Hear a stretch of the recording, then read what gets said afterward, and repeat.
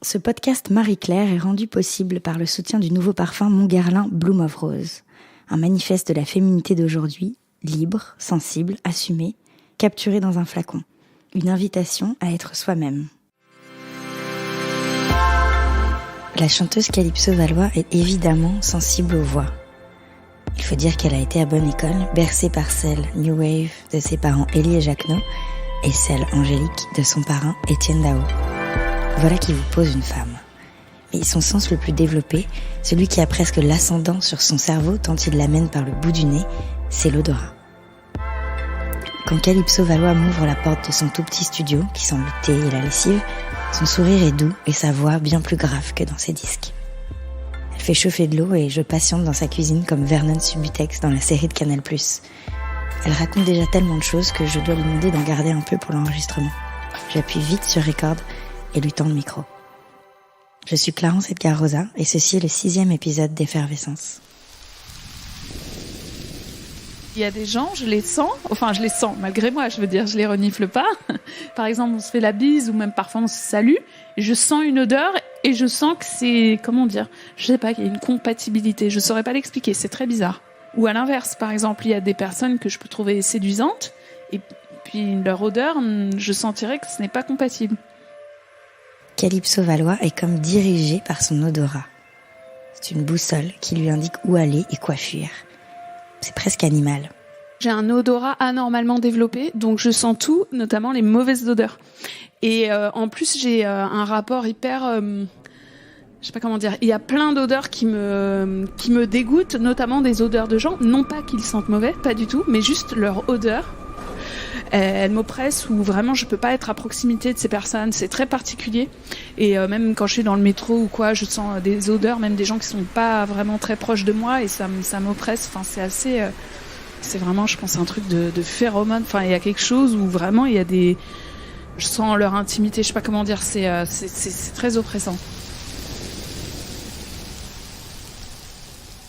Je pense être quelqu'un d'assez intuitif.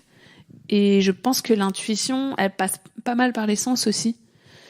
Et c'est vrai que dans la vie en général, j'ai beaucoup de mal à faire des choses que je n'ai pas envie de faire. Je parle pas de choses en lambda qu'on doit tous faire, des besognes ou quoi, mais des choses dont on n'est pas obligé, mais qui seraient mieux ou des choses comme ça. J'ai beaucoup de mal à faire et je pense parfois c'est mon corps qui m'en empêche en fait.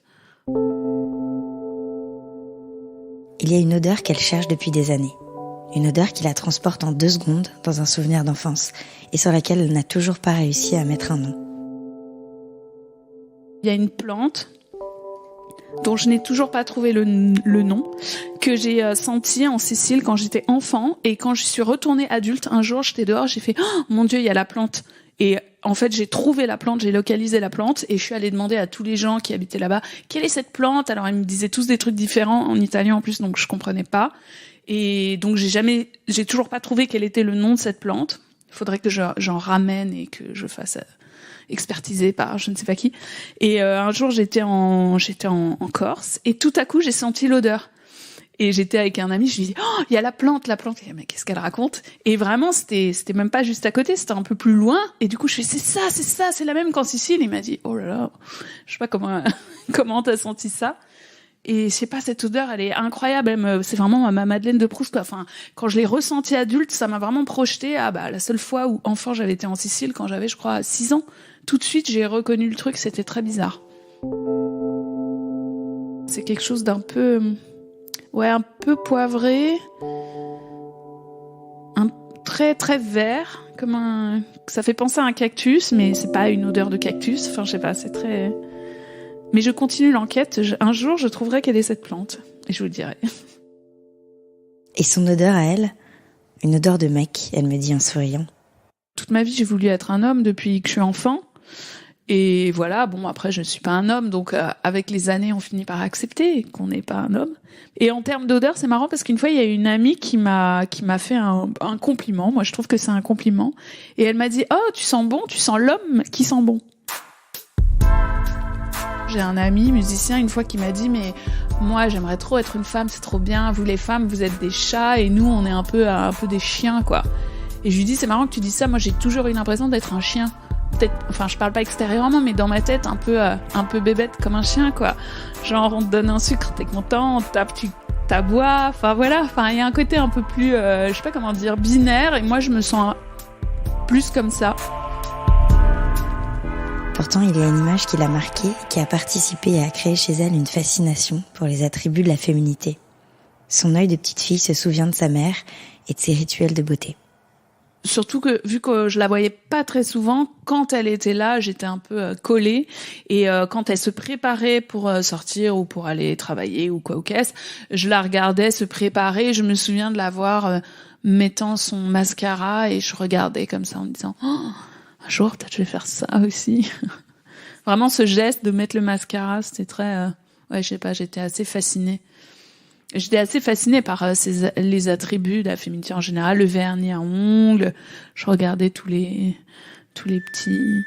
maquillages, le parfum.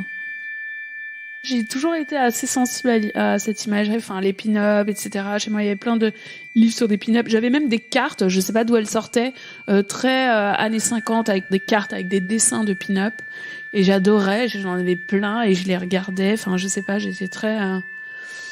C'est marrant, moi j'étais pas du tout féminine et je me sentais pas du tout féminine et pourtant j'étais vraiment très fascinée par l'image de la féminité exacerbée.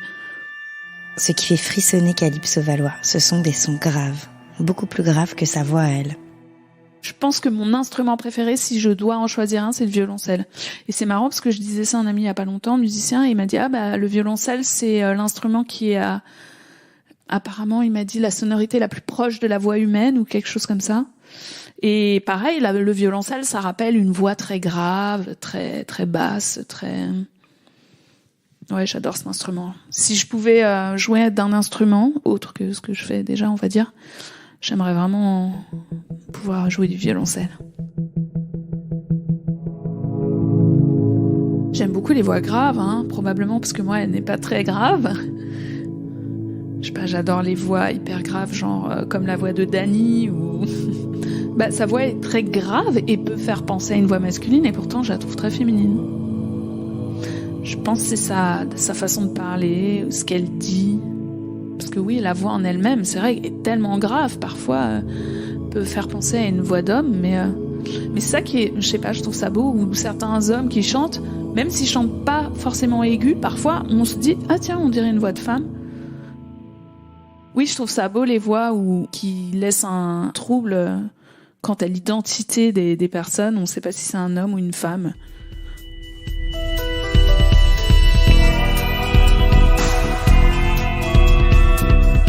Merci à Calypso Valois pour ses confidences intimes, qui rappellent à quel point nos sens font de nous des êtres intuitifs, presque animaux. C'était le dernier épisode de la première saison d'Effervescence. J'espère que ce voyage sensoriel et parfois troublant dans la peau des femmes vous a fait vibrer. Si c'est le cas, écoutez les 5 autres épisodes et parlez-en autour de vous.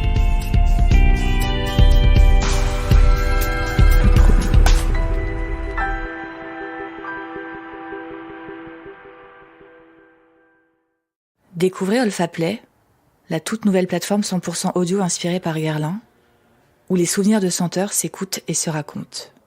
Des centaines d'histoires sur l'application mobile Olfaplay ou sur olfaplay.com.